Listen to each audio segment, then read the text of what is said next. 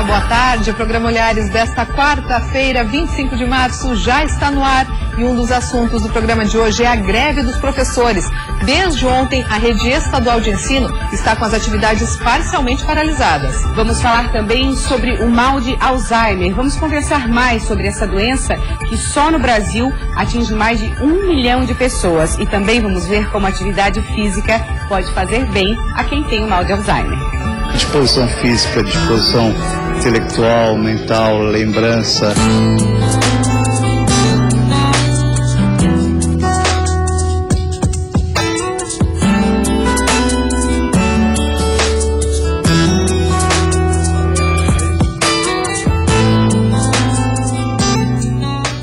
Certo? E o número de processos contra os médicos aumenta no Brasil. E o curioso é que agora os médicos, eles também estão processando os pacientes. E a gente também vai falar sobre decoração de Páscoa. E falando em Páscoa, vamos ver que os ovos de chocolate estão mais caros e que os consumidores devem gastar mais nas compras deste ano. Principalmente quem deixar para a última hora, né? Exatamente. Olha, você vai acompanhar também uma entrevista sobre quais os profissionais que estão em alta no mercado de trabalho. E ainda sobre mercado de trabalho, vamos ver que muita gente está indo para a Serra na busca de um emprego e também de qualidade de vida. Fique com a gente que tem isso e muito mais a partir de agora aqui no Olhares.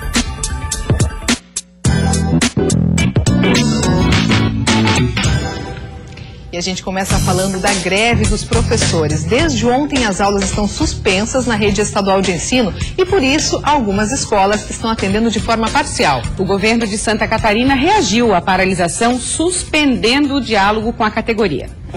Mais de 2.000 professores estaduais se reuniram na capital para definir como será a paralisação do magistério em diversas cidades catarinenses. Com a greve confirmada e sem previsão de retorno às atividades, o próximo passo da categoria agora será o de fortalecer o movimento nas 31 regionais do estado. Calendário para as assembleias regionais até sexta-feira, dia 27. Nessas assembleias regionais vão eleger o comando de greve regional e vão tirar um representante para o comando de greve estadual. Depois de votarem os rumos do movimento, os professores caminharam em direção à Assembleia Legislativa. A principal reclamação dos profissionais se refere à medida provisória 198, que fixa os salários dos professores temporários. Para o sindicato, a medida fragmenta a categoria.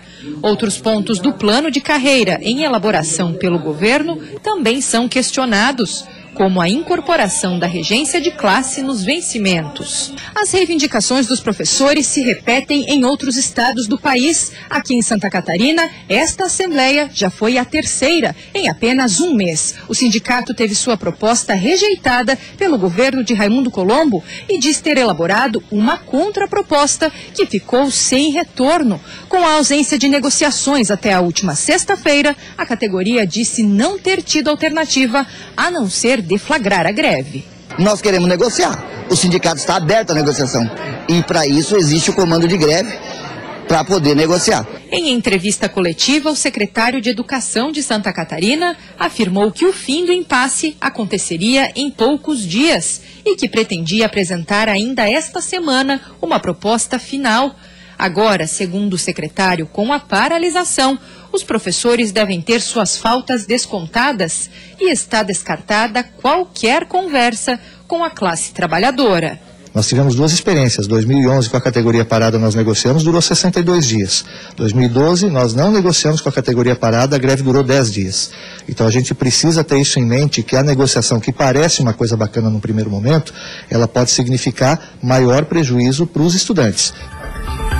Depois de anos abandonada, a antiga instalação da Casan em Lages vai ser reformada. O local vai abrigar a Secretaria de Desenvolvimento Regional da cidade e outros órgãos do estado. As paredes pichadas e vidros quebrados são resultado de mais de 9 anos de abandono. No local onde funcionava a Casan em Lages, agora virou ponto de encontro para crianças que usam a estrutura para brincar com skate. O local recebe apenas a limpeza na parte de fora. Mas, segundo a Secretaria de Desenvolvimento Regional, isso está prestes a mudar. A ideia do antigo prédio da Casan é nós mudarmos a estrutura da Secretaria Regional para lá, né? aproveitando aquele espaço que já está. E nos outros espaços, a ideia é levar também os outros órgãos do governo do estado, como a GERED, a Regional da Saúde, o Cine, a PGE, Procuradoria-Geral do Estado. Ainda de acordo com o secretário, a medida deve trazer economia a médio prazo para os cofres públicos, já que algumas gerências funcionam em prédios alugados. Com certeza, a ideia é essa, você eliminar o aluguel do governo do estado. Claro, no primeiro momento você acaba investindo um pouco, mas ao longo do tempo ele se paga, né? Existe também a intenção de ceder um espaço para a PM ampliar o setor de vídeo monitoramento da cidade e ainda abrigar o consórcio intermunicipal de saúde que hoje funciona num prédio com condições precárias. Tudo isso são ideias que estão sendo estudadas pelo governo estadual, já que o local é grande. Possui cerca de 12 mil metros quadrados. Um projeto para a recuperação da estrutura já está sendo elaborado. O levantamento de custos da operação para executar os serviços nos próximos meses também já foi providenciado.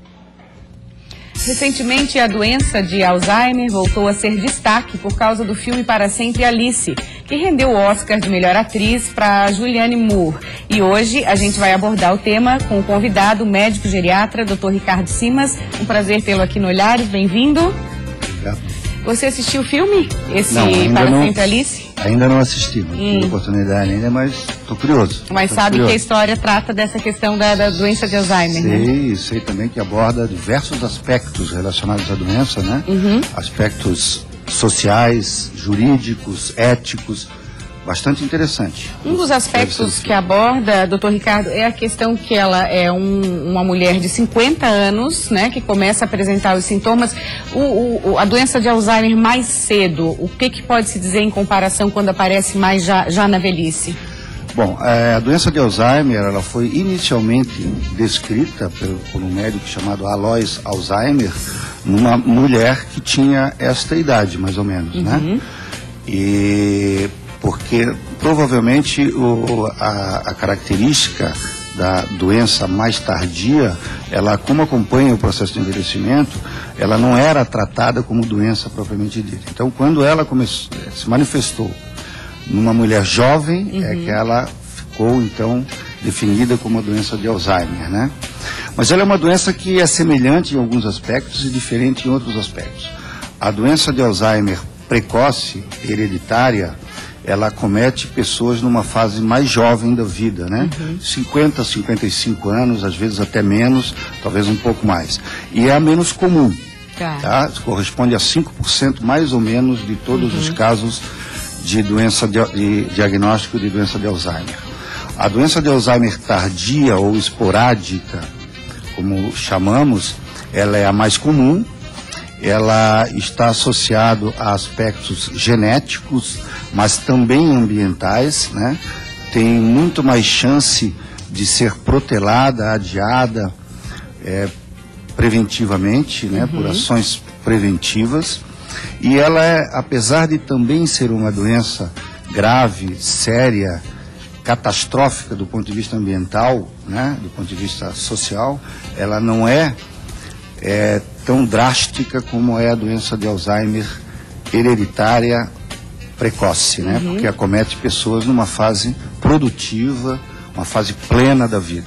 Quando a gente fala em doença de Alzheimer, muita gente já associa, é quando a pessoa começa a ter esquecimentos, né? E aí, em que momento que a gente deve se preocupar? Quando é que os sintomas começam a aparecer que mostram isso, doutor Ricardo? Bom, o principal sintoma da doença de Alzheimer, que é um tipo de demência mais comum, entre várias outras, né? E que geralmente estão associadas ao envelhecimento, mas a doença de Alzheimer especificamente, o primeiro sintoma é a diminuição de memória. E essa diminuição de memória pode ser benigna, né? Mas ela já pode ser um indício de que seja a doença se apresentando. Então, quando essa diminuição de memória, ela não interfere na profissão, nas relações sociais do indivíduo, não precisa, assim, nós ficarmos muito preocupados com a doença, porque isso acontece com todas as pessoas, e acontece cada vez mais as pessoas pelo excesso de informações e estresse que o mundo hoje vive, né? Aí a gente está falando de esquecer uma data, né? O nome de uma pessoa. Que ano que eu fiz essa viagem? Ah, não lembro.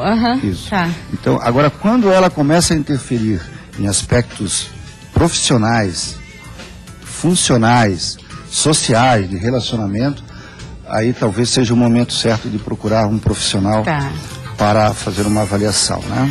A nossa equipe visitou a UDESC, que tem um projeto bastante interessante que estimula o exercício para essas pessoas que têm a doença de Alzheimer. Vamos dar uma olhada.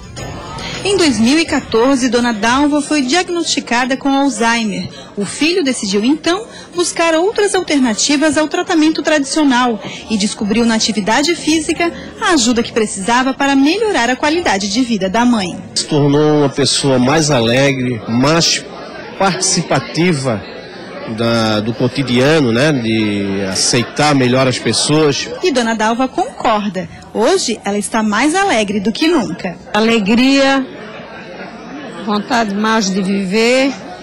Estudos científicos mostram que a prática regular de exercícios ajuda a conter o avanço da doença, melhorando a qualidade e a expectativa de vida do paciente. Foi pensando nisso que a Universidade do Estado de Santa Catarina criou este programa de atividades físicas, especialmente desenvolvido para os portadores de Alzheimer. Ele é muito importante ter um papel na neuroplasticidade cerebral.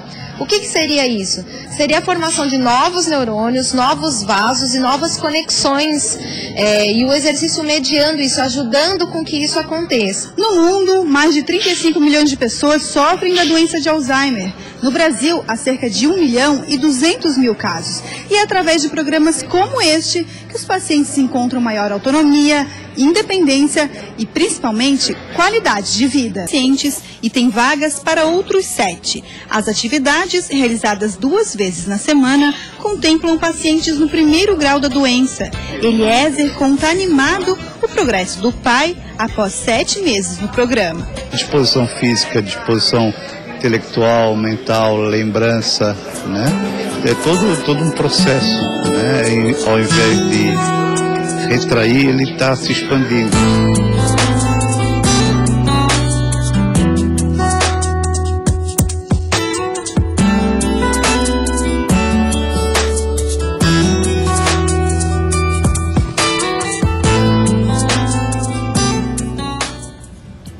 Não tem jeito, o exercício físico sempre aparece nas entrevistas que a gente faz, quando a gente fala de saúde, de bem-estar, de qualidade de vida, e no tratamento e prevenção do Alzheimer não é diferente, né, doutor Ricardo? Não, existem alguns aspectos relacionados ao estilo de vida que podem interferir e retardar o aparecimento da doença de Alzheimer, principalmente a doença esporádica, né, associada ao processo de envelhecimento. Então, o exercício físico, ele entra como um dos pilares na prevenção do envelhecimento neurológico e associado também a outras mudanças no estilo de vida. Seria também? Como alimentação. Principalmente porque as doenças que aceleram o aparecimento da doença de Alzheimer, como a hipertensão, o diabetes, a obesidade, são muito relacionadas a fatores dietéticos, né? Existe até assim a fisiopatologia que a gente chama da doença de Alzheimer, ela é muito semelhante ao que acontece no nosso corpo todo com o diabetes. Então, assim, dietas com restrição de calorias, em excesso, né? E até com a diminuição da ingesta de carboidratos de absorção rápida, né? Que estão associadas à obesidade. Quais alimentos, por exemplo, que tem? O açúcar, principalmente, né? O açúcar é um alimento que aumenta o peso, né? Aumenta a resistência à insulina. O açúcar e os carboidratos de absorção rápida, que a gente chama, né? Que aí o que? Massa, pão, massa, bolo? Pão, né? Que não são os integrais têm alimentação mais lenta, mas o exercício físico, sem dúvida, é um dos pilares da prevenção. Tá bom, muito obrigada pela sua participação e até a próxima. Agradeço também, obrigado. A gente continua falando aí da área médica, né, Tainá? Isso mesmo, Maria Paula. Eu vou conversar agora com Eliel Lopes. Ele que é advogado especializado em direito médico, e a gente vai conversar sobre um assunto bem interessante. Nos últimos 10 anos, o aumento de processos contra os médicos vem aumentado no Brasil consideravelmente, não é, Iriel? Tudo bom? Boa tarde. Tudo bem, boa tarde, Tainá. De fato, a gente tem observado, esses dados são nacionais, que nos últimos 10 anos nós tivemos um aumento de 1.600% no número de processos contra médicos, contra clínicas, hospitais, contra o Estado de maneira geral. E isso se deve a quê, Iriel? Porque é um número realmente considerável, né? 1000% a mais de processos contra os médicos, sendo que isso não acontecia? O que a gente tem observado é um sucateamento, especialmente das unidades de saúde, as unidades hospitalares mantidas, geridas pela União, pelos estados e pelos municípios. Isso, sem dúvida alguma, interfere no atendimento médico, interfere no ato médico, interfere na boa prática médica, e isso, com toda certeza, tem alavancado em muito o número de processos contra médicos. Sim, a má gestão do nosso sistema público de saúde, que a gente já sabe que realmente é complicado, em decorrência disso, as pessoas começaram a processar não só os médicos, mas o Estado, enfim, né? Sem dúvida. O que a gente comenta muito também é que mudou a figura do paciente ao longo dos últimos 10 anos. Hoje, o paciente ele tem o viés de ser o consumidor, aquele cidadão que está ciente dos seus direitos, dos seus deveres e também, obviamente, acaba buscando a satisfação do seu direito por via judicial, com toda certeza. Falando agora em âmbito estadual, né? Aqui no estado, aqui em Santa Catarina, esse número ele aumentou também, ele acompanha esse aumento no Brasil todo contra os processos contra os médicos? Sem dúvida alguma, Tainá. Só para você ter uma ideia, nós temos hoje em atividade no estado 13.800 médicos. Só o nosso escritório tem aproximadamente 3.000 processos. Então, a partir daí você consegue observar que os números nacionais se repetem aqui em Santa Catarina com toda certeza. E quais são as áreas que mais são afetadas, que as pessoas mais processam? Porque a gente estava até conversando antes, eu pensei, e acho que a maioria das pessoas pensam também em cirurgia plástica, né? Porque o número de cirurgias plásticas no Brasil é enorme. Cresce muito, né? Mas não é. Não é. A cirurgia plástica é a 6ª especialidade mais processada. Nós temos, em primeiro lugar, a ginecologia obstetrícia, em segundo lugar, a ortopedia e traumatologia, a cirurgia geral, a clínica médica, a oftalmologia e depois a cirurgia plástica. É importante a gente falar também da contraparte dos médicos, porque a gente falou no início do programa que agora os médicos eles também estão processando os pacientes. Sem dúvida. O que a gente observa em vários processos é que o paciente, por vezes, ele extrapola no seu direito constitucional de processar o médico e no bojo de um processo ele lança informações falsas, ele lança, por vezes, calúnia, algum tipo de injúria contra os médicos, e isso dá aso ao médico também mover o contraprocesso contra aquele paciente. Sim, tem algum exemplo mais prático, Iriel, que a gente consiga enxergar dessa forma? Só para você ter uma ideia, a ginecologia obstetrícia é a especialidade mais processada. Então, o que a gente observa é que, muitas vezes, a cidadã teve um pré-natal sofrível, não seguiu as recomendações médicas. Ou seja, não se cuidou como era para ter se cuidado. Ela teve algum problema durante o trabalho de parto, ela processa o médico. Com toda certeza, em situações como essa, a gente move um contraprocesso, alegando, inclusive, exatamente esse fato, que é a responsabilidade civil do próprio paciente. O paciente diz que ele tem direitos, mas ele tem deveres também. A pessoa que está processando não pode se esquecer que também pode sofrer um processo contra. A relação médico-paciente é um contrato bilateral. Há necessariamente essa reciprocidade de direitos, deveres e obrigações. É isso que a gente tem defendido já há algum tempo. Ok, Iriel, obrigada pelos esclarecimentos. Perfeito, estamos à disposição. Tá bom, brigadão, viu? Nada, até lá. E no próximo bloco a gente volta falando de decoração de Páscoa. Legal. E falando em Páscoa, você já comprou o seu ovo de chocolate? Nada ainda. Ainda não? Então prepare o bolso, porque os preços tiveram aumento. E uma pesquisa revelou que os consumidores devem gastar mais este ano. Ai. Olha, aqui no estúdio vamos descobrir quais são os profissionais mais requisitados ultimamente no mercado de trabalho. Olhares volta já.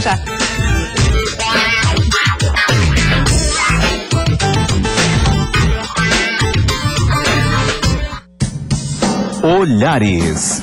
Oferecimento. 1h29, estamos de volta ao vivo com o programa Olhares e vamos ver como fica o tempo agora à tarde em todo o estado. Na sua tela, um mapa de Santa Catarina e a gente vê que na Serra Catarinense, a quarta-feira é de tempo bom, com algumas nuvens e máximas de 26 graus. No oeste, no Vale do Itajaí, no sul do estado, dia de sol entre nuvens e com termômetros marcando até 29 graus. Na região norte, pode fazer até 30 graus e o sol deve predominar, assim como na Grande Florianópolis, onde o céu também deve ter poucas nuvens e a máxima fica em 28 graus. E agora vamos falar de compras de Páscoa. Você já deu uma olhadinha nos preços dos ovos de chocolate? Ainda não? Então prepare o bolso, porque eles estão mais caros. Em Joaçaba, por exemplo, essa variação chega a 35%. Por isso a pesquisa é tão importante. Ainda mais que neste ano os consumidores do estado devem gastar mais com os presentes de Páscoa. Uma pesquisa revelou que a média deve ser de R$ 158 por pessoa. De acordo com a pesquisa da FEComércio, o gasto previsto para a Páscoa 2015 é de, em média, R$ 158, valor acima dos R$ 151 estimados no ano passado. Porém, por causa da alta inflação, a previsão de uma redução real de 3,5% no gasto médio. O consumidor deve esperar por produtos mais caros. O chocolate, que é o campeão de vendas, teve aumento por causa do dólar. E se isso não bastasse, a variação de preços entre os estabelecimentos também é grande. Em Joaçaba, segundo o Procon, um ovo de 510 gramas, por exemplo, custa R$ 53,29 em um estabelecimento. Já em outro, é encontrado por R$ 71,98, 35% mais caro. Já na caixa de bombons, há até 21,8% de diferença no preço. Dona Diva, que tem 10 netos para presentear, estava atenta aos preços. O preço a gente já sabia que ia ser um pouco mais alto, né? Mas tá bom, dá para comprar para os 10 que eu tenho que dar. Não vai ter jeito, pesquisar é o mais indicado. Vale também procurar promoções e tentar negociar descontos, caso a opção seja comprar tudo num só lugar. Falando de Páscoa aqui no estúdio, a gente recebe a Heloísa e a Margarete que é artesã. Margarete, você fez alguns desses nossos coelhos que estão aqui nos nichos, decorou o nosso estúdio? Também. Ficaram lindos, obrigada a vocês duas pelo presente, a gente amou, adorou, brigadão, viu? Heloísa, vamos falar então o que acontece agora no dia 24, é isso? Dia 28. 28 de março e depois do dia 4 de abril. Uma festa bem legal na Pedra Branca. Como é que vai funcionar? Então, o Passeio Pedra Branca tá preparando um evento especial para as crianças, principalmente, né? Porque Páscoa é criança. E então vai ter os personagens temáticos interagindo com o público. Quais são esses personagens? A Pedra Branca, gente, é um bairro aqui da Grande Florianópolis, Palhoça, e que eles estão fazendo cada ano que passa uma festa mais linda, que é a outra, né, pra comunidade. É muito bacana. Então, os personagens são a vovó Coelho, né, os coelhinhos. E nesse dia, tanto dia 28 como no dia 4, né? Dia 29, é domingo, desculpa, dia 29. Já erramos a data, não confunde o pessoal de casa. Dia 29. Dia 4. É esse domingo já. Dia 29. É esse domingo, a primeira festa. Então, vai haver essa interação com os personagens. Depois vai haver um piquenique maravilhoso. Ao ar livre, que a Pedra Branca tem aquele espaço todo maravilhoso. Também vai haver oficina de cupcakes, né? Com a receita da vovó, uma delícia. E também o caça-ovos, né? Quer dizer, os ovinhos vão estar lá escondidos, as crianças vão atrás dos ovinhos. O ano passado a gente já teve também esse evento. O que tem de diferente esse ano? O ano passado houve um desfile com todos os personagens da Páscoa, né? Hoje vai ter mais a interação mesmo. Os personagens vão interagir com os visitantes, né? Com as pessoas. Vai estar, acho que, mais alegre até. Ai, que a criançada deve adorar. Eu não consegui o ano passado, mas já vi que a festa, já fiquei sabendo que a festa foi linda. Inclusive a de Natal também, que vocês estão fazendo. Nós fazemos todos os anos. Não, muito legal. Margarete, você é artesã e inclusive lá na Pedra Branca existe uma feira de artesanato que acontece de 15 em 15 dias, não é? Isso. Aí no inverno a gente faz uma vez no mês. Tá. Vai ter agora nesse sábado, dia 28, vai ser uma Páscoa solidária junto com o Passeio Pedra Branca. Vai assim haver muita diversidade de coisas. A gente vai ter spa grátis, cabeleireiro, e a nossa feira vai estar junto. Então vai ser assim, ó, muito legal. E você faz artesanato há quanto tempo já? Não, já há uns 8 anos. Uns 8 anos. E trabalha especificamente com artesanato, Margarete? E mas agora porque tem tanta gente que às vezes não pensa o que eu posso fazer, mulheres aposentadas ou que realmente gostam de artesanato e querem se incentivar, trabalhar só com isso. Você trabalha só com artesanato? Faço só artesanato. Daí a gente vende na feira, essa feira do Pedra Branca, e pela internet. Nessa feira nós já temos 22 artesãos, mas é bem... Nossa, é bastante. De várias modalidades, assim, cada um faz seu trabalho. E tá indo muito legal, é muito bom, é bom que todo mundo vá para conhecer. Sim, deve ser um passeio maravilhoso. É lindo o lugar e a feira é bem completa, tá bem legal. Heloísa, convida todo mundo, quem tá em casa, esse domingo já tem a primeira festa. Isso, então só no sábado é a feira. Convidamos todos com a Páscoa Solidária. Interessante que pudesse levar um quilo de alimento não perecível ou um brinquedo. Um brinquedo para ajudar uma ONG.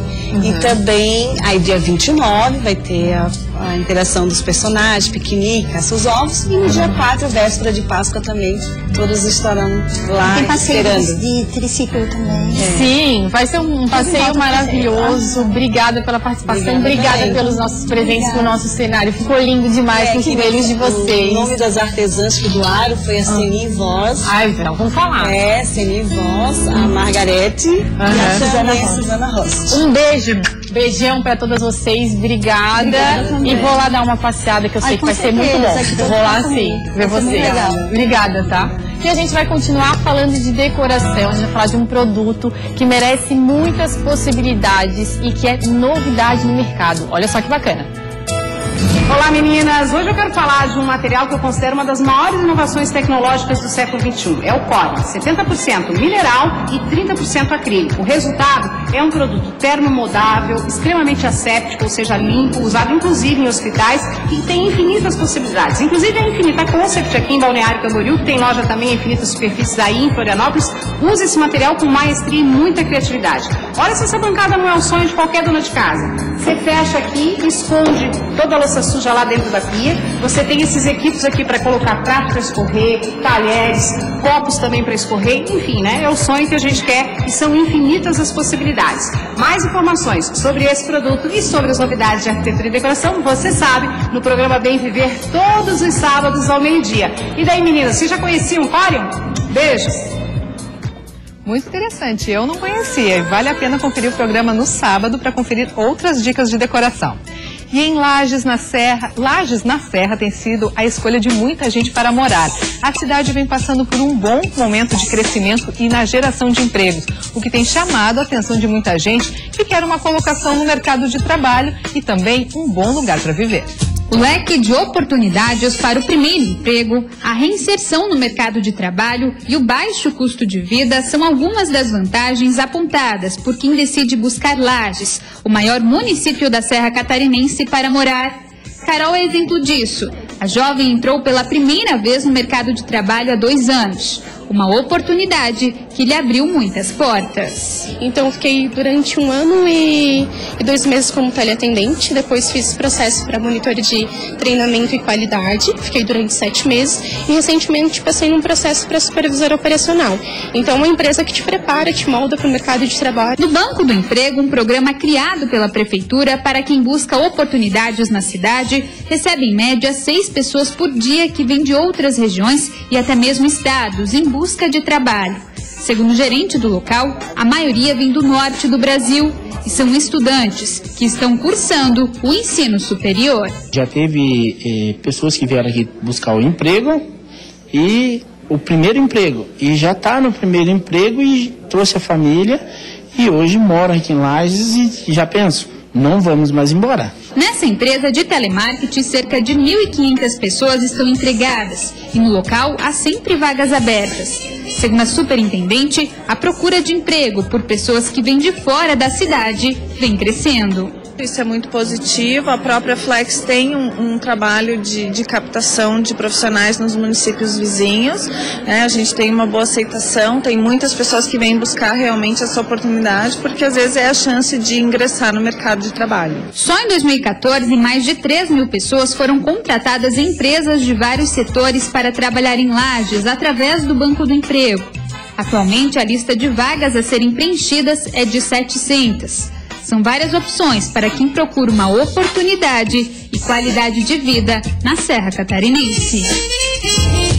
Já que o assunto é mercado de trabalho, a gente continua falando, mas agora a gente vai falar sobre a questão, todo ano é assim, todo começo de ano a gente começa a querer saber quais são as profissões que são destaque no ano, quais as tendências no mercado de trabalho, os profissionais valorizados, e a gente chamou a Anelisa. A Anelisa é coordenadora do setor de educação superior do Senac. Bem-vinda, Anelisa. Obrigada. Vamos começar explicando, então, eu li recentemente uma pesquisa na revista Você S.A., comentando que a bola da vez, vamos dizer assim, no mercado de trabalho, tanto para cargos quanto para profissionais, são pessoas e funções que apresentem o que eles chamaram, eu até anotei aqui, de eficiência operacional. O que é isso? Então, na verdade, hoje, os profissionais que o mercado busca são profissionais capacitados principalmente para as áreas estratégicas, né? Hoje não se procura mais profissionais executadores de tarefas, mas sim profissionais capazes de tomar decisão, capazes de auxiliar nesse processo mais estratégico da empresa.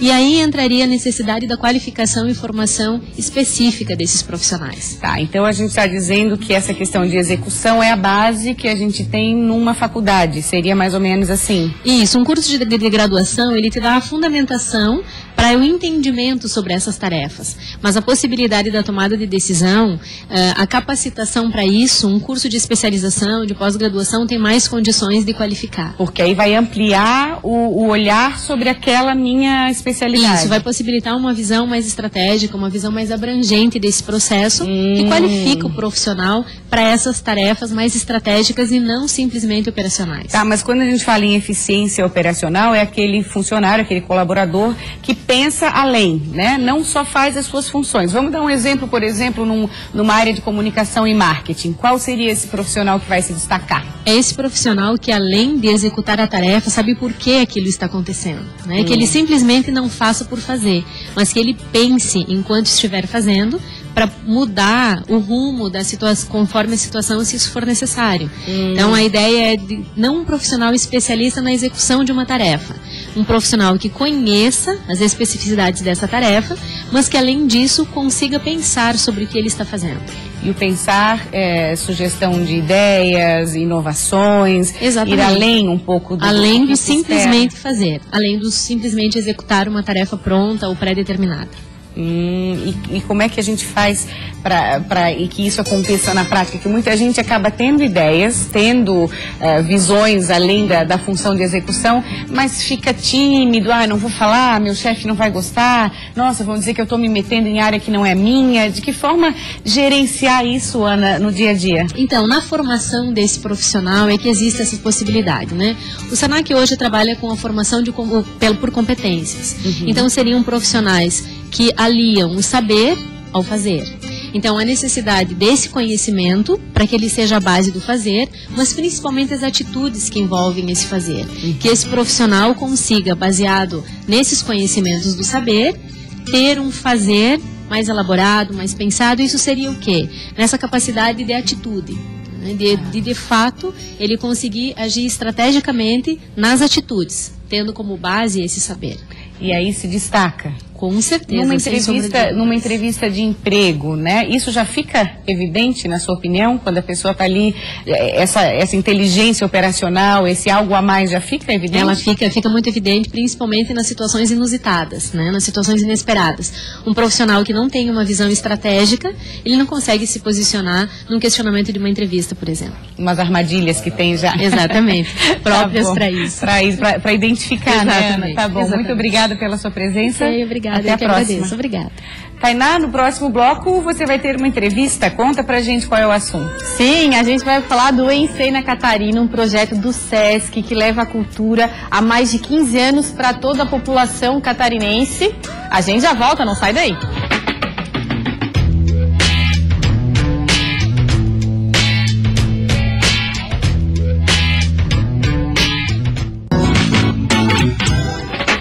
E eu já vou começar o programa falando de uma coisa super boa. Você sabia que existe uma fórmula da confiança e que ela cabe na sua bolsa? Ah, então preste atenção. Você que é antenada sabe muito bem que a beleza não se resume somente em caprichar no visual e na maquiagem. A confiança tem que estar acima de tudo. E a fórmula da confiança começa com o Gel Close-Up Dental Platinum White. Ele que possui a revolucionária tecnologia Blue Light, que proporciona branqueamento instantâneo com 3 vezes mais poder. Com ele, os dentes ficam visivelmente mais brancos desde a primeira escovação. Para um cuidado mais completo, use também a Close-Up Ultra Rich. Deixa eu pegar aqui para vocês, que é a primeira escova aqui, ó, com esse design inovador, com pescoço mais longo e fino, que facilita a escovação dos dentes do fundo, que são mais propensos a cáries. A fórmula da confiança estará completa se você usar um enxaguante bucal Platinum Fresh logo após a escovação. Graças à sua consistência, ele proporciona uma refrescância intensa, além de ter um sabor super sofisticado, assim como o gel dental. Aprendeu? Então use a maior inovação da Close-Up até hoje, a Close-Up Diamond Attraction Platinum White, uma linha completa, co-criada com dentistas cosméticos, os profissionais que cuidam da saúde e da aparência do nosso sorriso. Segue a minha dica e sinta-se confiante e linda como nunca. Ok, Tainá. E agora a gente abre espaço, como toda quarta-feira aqui no Olhares, para falar sobre saúde bucal. Nosso convidado, Dr. Luigi, seja muito bem-vindo ao Olhares, tudo bem? Boa tarde, obrigado mais uma vez pela oportunidade. Imagina, a gente que agradece. A gente vem conversando, né, todas as quartas anteriores, a gente vem conversando sobre os tratamentos, né, mais modernos, mais revolucionários na questão de implantes dentários. E isso gera muita dúvida nas pessoas. Quando é que eu posso começar o meu tratamento? A gente vai falando, as pessoas vão querer oportunidades, né? Sem dúvida. E pensando nisso, a Oral Sim está promovendo essa oportunidade. Conta Exatamente, pra gente. Nós, em todo mês de março, a rede de clínicas Oral Sim comemora o mês do implante dentário. Nós tivemos aí recentemente uma convenção onde todas as unidades estiveram presentes e negociamos com os nossos fornecedores, né, e trazemos aqui neste sábado, o dia 28, nesse próximo sábado, um grande dia, o dia D do implante dentário. Né, é um dia aí onde as pessoas que perderam um ou mais dentes, terão a sua oportunidade de realizar o seu tratamento. A gente está vendo, inclusive, o dia D, né? É o chamado dia 28 de março, oportunidade para as pessoas que querem começar. Como é que procede? Assim, quem tem interesse, como é que faz? Bom, é só ligar no telefone que aparece na tela, 3304-2400, agendar a sua avaliação e garantir aí a sua oportunidade de poder realizar o seu tratamento. Vamos colocar novamente, então, o telefone maior, né? Que aí a gente vê melhor ali, todo mundo sorrindo, todo mundo feliz ali no Sim, é assim que tem que estar todo mundo, né? Então tá, 3304-2400, ligar e agendar a sua consulta sábado, então. Exatamente, sábado a partir das 8 horas da manhã, nossa equipe estará lá toda disponível para iniciar um grande tratamento. Justamente no sábado, porque aí não tem aquela desculpa, mas eu trabalho, como é que eu vou fazer sábado? Quem não trabalha vai. É um dia mais tranquilo, até para atravessar essa ponte toda, né? A gente conhece como que é esse trânsito, mas sábado vai ser um dia bem tranquilo. Fica no centro de Florianópolis. Isso, exatamente. Tá bom. Muito obrigada e sucesso, até a próxima. Eu que agradeço. Tainá, agora é com você. Agora a gente vai falar de um espetáculo, de um projeto do SESC, que é o Encena Catarina. Eu tô aqui com a Maria Tereza, ela que é coordenadora cultural do SESC. Veio aqui recentemente, né, Maria, já? Exatamente. Tá virando já, assim, habituê do nosso programa. Tô gostando muito, porque é sempre bom falar de cultura. E o Chico, que é o nosso palhaço de hoje. Tudo bom? Tudo bem. Como vai? Tudo ótimo. Você é de onde, Chico? Você percebeu pelo sotaque, né? Percebi. Como é pra sempre. Primeiro, boa tarde a todo mundo. Meu Deus do céu. Não se preocupa, sou um profissional, eu vim preparado. Veio? Sim, por favor. Ah, tá, é bom, né, gente? Eu não sei se vai dar algum jeito, assim, essa escova. Eu acho que, de repente, assim, quem tá em casa, a mulherada vai entender uma piastra, algum, assim, um alisamento, funcionaria. Cortei ontem o cabelo, tá sentando o corte ainda. Maria Tereza, vamos Obrigado. falar do Encena Catarina, que é um projeto do SESC que tem há 15 anos, como eu falei no início do programa, levando cultura para todo o nosso estado. São quantas cidades que vocês passam com Encena Catarina? São 25 cidades no estado. Então vai desde o oeste até sul, vale, norte. Em todas elas a gente está representado com Encena Catarina. E o que é o Encena Catarina? Para quem não conhece, ainda não conseguiu assistir um espetáculo de vocês.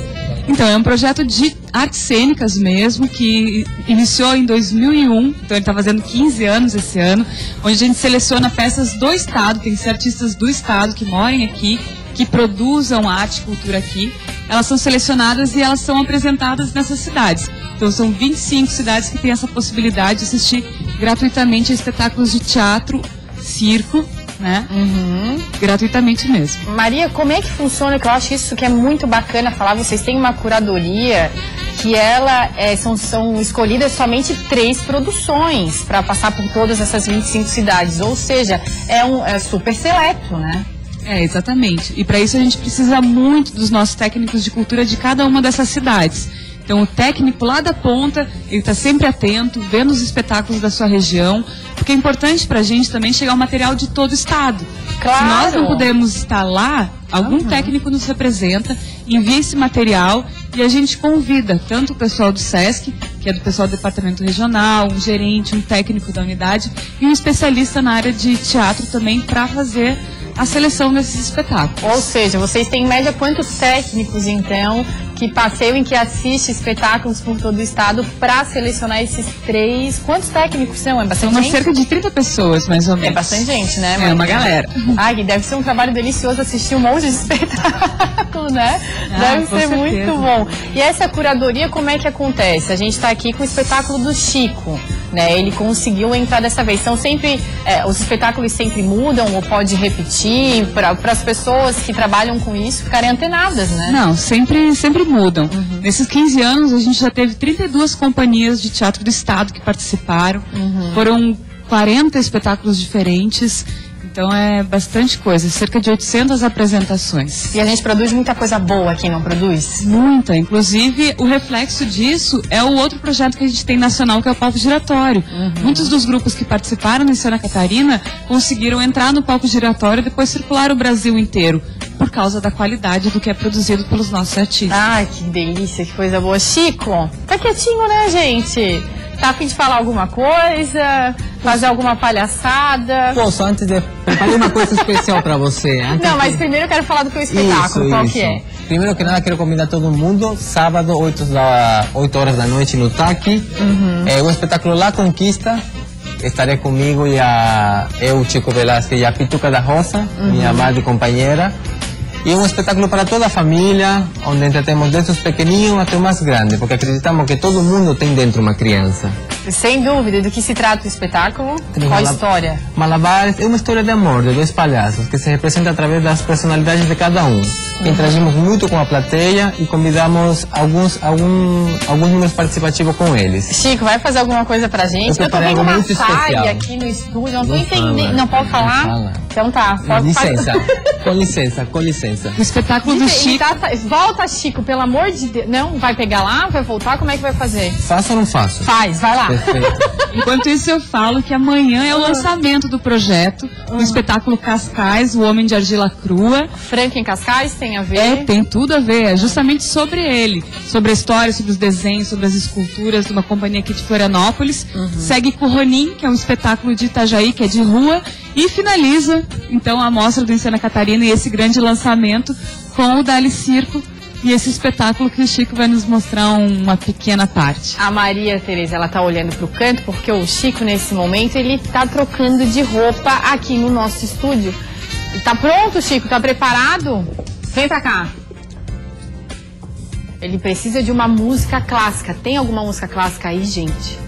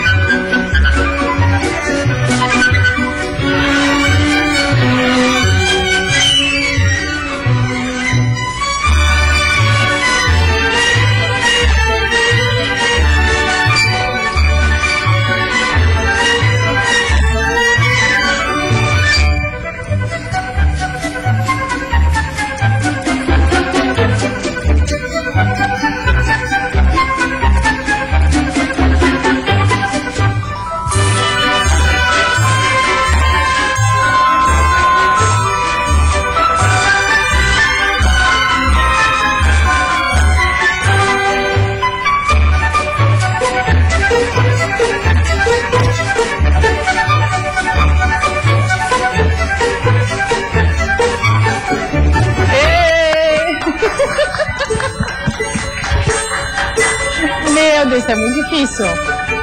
Não terminou ainda.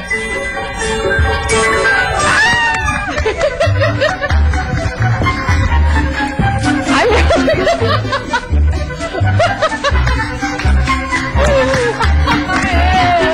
Adorei, Chico. Convida todo mundo pro teu espetáculo. Senta aqui, amor, senta aqui.